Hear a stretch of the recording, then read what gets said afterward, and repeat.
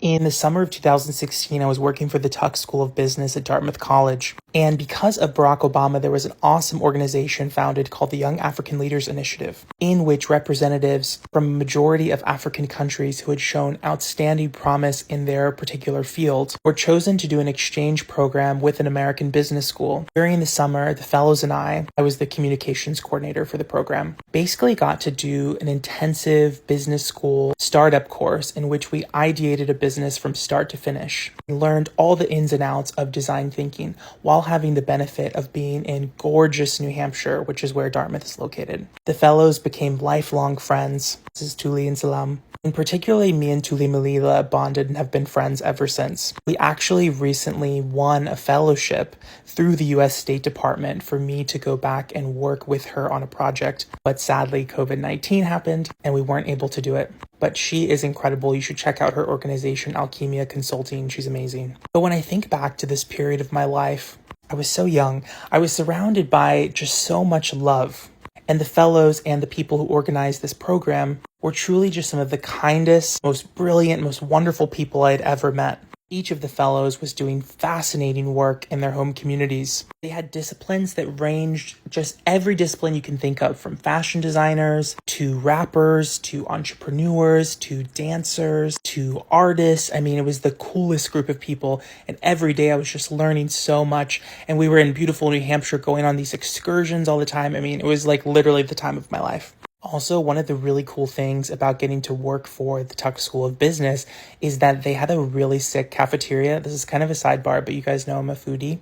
And they really they stay feeding those business school kids because this was the most delicious, every day was all these organic ingredients. And because New Hampshire and Vermont have all these farmers markets, we were getting these fresh beans and seeds, and I was just eating so healthy every day. And that was something else that I really didn't fully comprehend when I was living in a walkable community at a very just privileged, a liberal arts college, that having access to really, really high quality food for not a very large amount of money was so unheard of. This isn't something that is the norm in America. And then going out into the world and being wait, where's the salad bar? Also, because New Hampshire is quite close to New York, I luckily had a lot of opportunities to go up to the city and visit my friends. Y'all probably, if you follow this channel, know that I lived in New York for many years.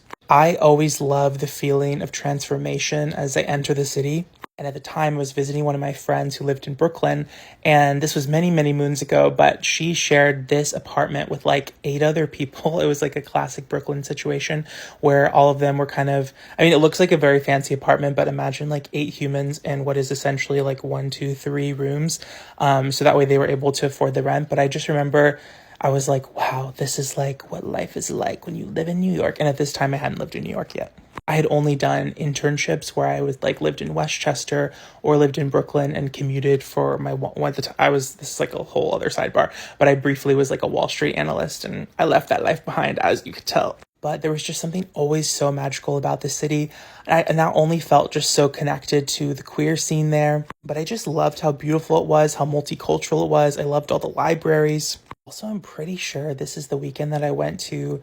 It's kind of another life because I used to go clubbing a lot. But this was the elevator where Solange and Beyonce had the infamous fight. I believe this was the elevator at LeBain.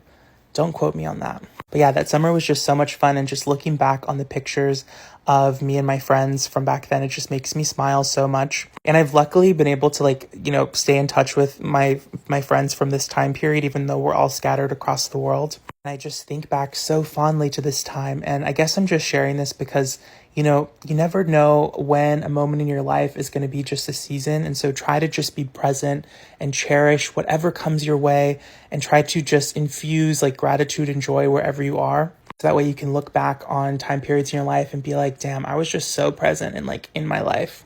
I apparently was making this face in a lot of photos. This is my friend Sky. We helped run the program together. It was so much fun. Also, randomly, here's a picture of me and my friends Chanel and Jennifer when I was literally 18 years old. Look how hot I was at 18. Come through sparkle. Look at those plucked within an inch of their life eyebrows. Girl, I used to go to the waxing salon and I was I need you to really fix this up. Also, Chanel and Jennifer, if you see this, I love you and I miss you.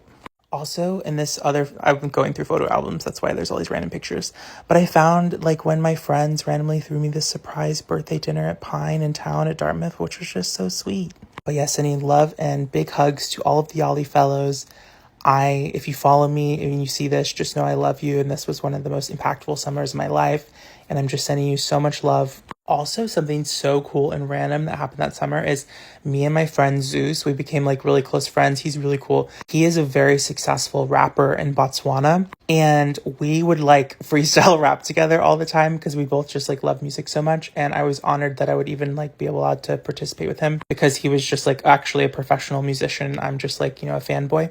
And we made this rap for a song called Mogul Talk one day when we were taking the van to the Ben & Jerry's factory. And Zeus, being the angel that he is, like credited me as a co-writer on the song when he released it on his album. I mean, how kind is that?